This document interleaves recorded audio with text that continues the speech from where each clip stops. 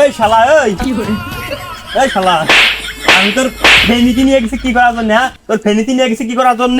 কে ভাই মানুষের সাহায্য করার জন্য? হ্যাঁ, মানুষের সাহায্য করার জন্য। কিন্তু তুই আমার কোন উপকার করে দিছিস তাই ক।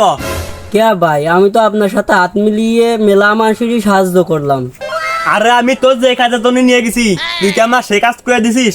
এত টাকা পয়সা খরচ করে এত মাল মাটি কিনে মানুষের সামনে যে দাঁড়ালাম, তুই তো আমার একটা ভিডিও তো দিসনি, একটা ভিডিও তো করে দিতে পারলি না।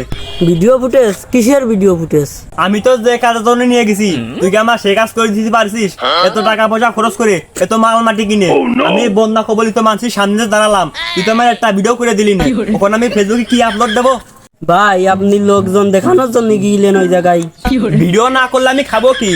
না বাইরে এসে বসে রয়েছি, কোনো কাজ কাম নেই। রিলসে ভিডিও আপলোড দিলি ভালো ভিউ, ফেসবুকে আপলোড দিলি ভালো ভিউ হইতো। কিন্তু আমি ডলার ইনকাম করতে পারতাম, ভালো টাকা ইনকাম করতে পারতাম, আমার অন ভালো হইতো না? এখন না খাবো কি আমি? হ্যাঁ, খাবো কি?